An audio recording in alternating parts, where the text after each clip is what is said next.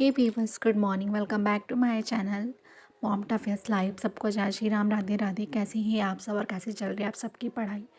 दिन की शुरुआत हो गई थी सुबह के 4 बजे से। आज की जो मेरी स्लॉट है, मतलब कि पढ़ाई की फ़र्स्ट स्लॉट, वो थोड़ी लेटेस्ट स्टार्ट हुई। सुबह में 4:30 बजे उठी। लाइट बहुत जल्दी कट गई, मतलब कि आजकल कट जा रही है 5:45 में ही।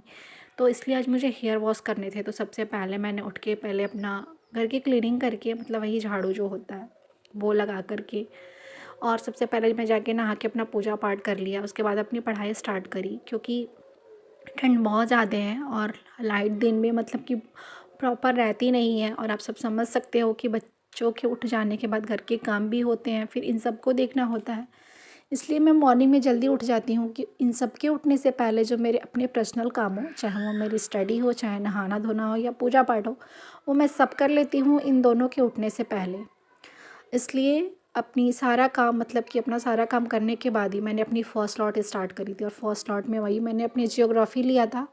छोटी वाली भी उठ चुकी थी, तो थी वो अपने दादी के पास, और बड़ी वाली मेरे पास ही थी, जिसको कि अभी मेरे बगल में आप सबको दिख रही होगी, सो रही है। तो इनसे मुझे कोई ज़्यादा प्रॉब्लम होता नहीं है, क्योंकि अब ये थोड़ी सी बड़ी हैं उसके अकॉर्डिंग, मतलब दोनों में 5 ईयर्स की गैप है। तो ये बातों को थोड़ा सा सुनती है।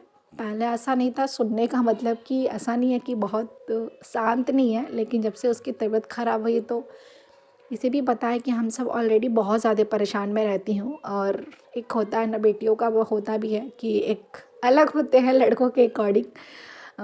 ऐसा मतलब मुझे ऐसा पर्सनली लगता है कि हम लड़कियां ऐसे होते हैं कि माँ से बहुत ज़्यादा अटैचमेंट होता है या उन्हें समझते हैं। तो वैसे ही ये भी है हर बात को, या धीरे धीरे मम्मी मेरी हमेशा कहती थी कि जब ये बड़ी हो जाएंगी तब तो थोड़ा सा तुमको आराम मिलेगा। और पहले मैं सोचती थी कि इन दोनों को कैसे हैंडल करूँगी, लेकिन धीरे धीरे फिर चीज़ें होती है ना कि बच्चे जैसे जैसे बड़े हो जाते हैं तो फिर आपको भी थोड़ी सी लगता है कि हाँ ठीक है। तभी मैंने जाके अपनी स्टडी भी स्टार्ट करी।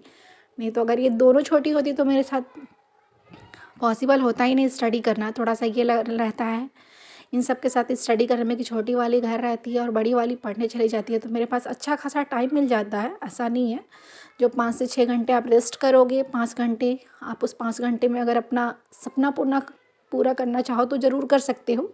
ऐसा नहीं है कि 5 घंटे और 4 घंटे पढ़ने के बाद आपकी जॉब या कुछ आप नहीं कर सकते हो। बस अगर कोई चीज़ है तो वो है बस कंसिस्टेंसी, जिसको कि हमेशा ही मेंटेन रखना है। आपका एक दिन भी ऐसा ना लॉस जाए जिसमें आपकी पढ़ाई ना हो। जैसे और काम ज़रूरी है वैसे ये भी है।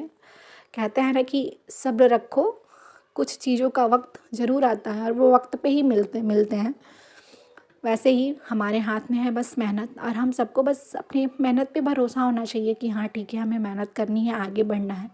बाकी आगे क्या होगा ये सब सोचना हमारा काम नहीं है। होगा कि नहीं होगा, कि क्या होगा नहीं पता, क्योंकि कब किसकी किस्मत कैसे बदलती है ना, ये किसी को भी नहीं पता होता है। किसी के शादी के 18 साल बाद कोई अपनी पढ़ाई स्टार्ट करता है, कोई ऑफिसर बनता है, कोई किसी और फील्ड में जाता है, कोई किसी और फील्ड में जाता है। तो ये सबका है कि कुछ चीज़ें लगता है ना, जो भी आपके लाइफ में कहा गया है ना कि जो भी होता है अच्छे के लिए होता है, आपको नहीं पता।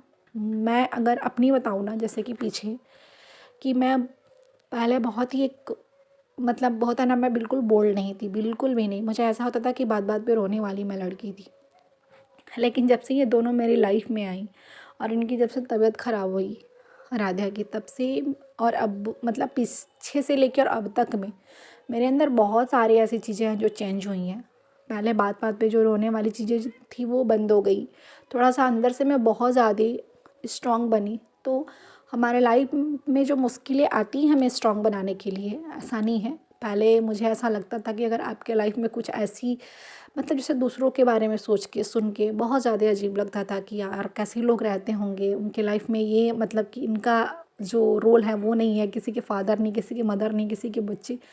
सब चीज़ें सोच के सुन के बहुत अजीब लगता था। लेकिन जब खुद पे बीतती है ना चीज़ें, कि जब मैंने झेला हॉस्पिटल में 1 महीने रह के, वो भी वेंटिलेटर पे अपनी बच्ची को देखा, तो वो था कि मैं कैसे उस चीज़ को, मतलब कि देखी।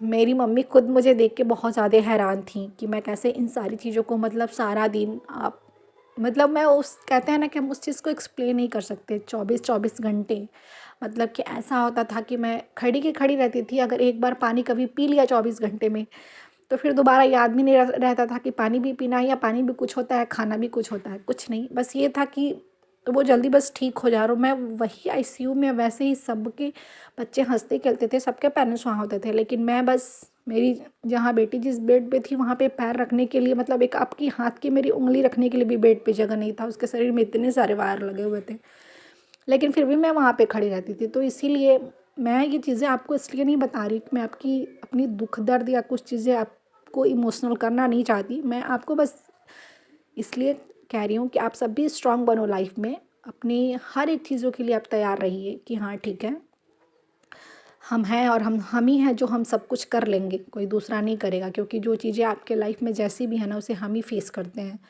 अच्छा है तो अच्छा फेस करेंगे, बुरा दिन आएगा तो बुरा फेस करना है, लेकिन करना हम ही को है। फिर हम किसी और के कहने और ना कहने से बहुत ज़्यादा दुखी हो जाते हैं। हम सभी होते हैं, मैं भी होती हूँ। ऐसा नहीं कि ये चीज़ें अगर मैं कह रही हूँ तो मेरी लाइफ में नहीं है, मुझे भी बहुत ज़्यादा बुरा लगता है। क्योंकि कोई चीज़ कहना और उसको उस पे ना उस चीज़ को समझना, इन दोनों में बहुत ही फ़र्क होता है। क्योंकि कहना बहुत ही आसान है और उसको समझना उतना ही मुश्किल। हम दूसरों को जितना जल्दी कोई चीज़ समझाने की कोशिश करते हैं ना, खुद हम उस चीज़ को नहीं समझ सकते, क्योंकि वो बातें घूमती रहती हैं। खैर, मेरी ब्लॉग यहीं पे ख़त्म होने वाली है। तब तक के लिए बाय बाय, टेक केयर।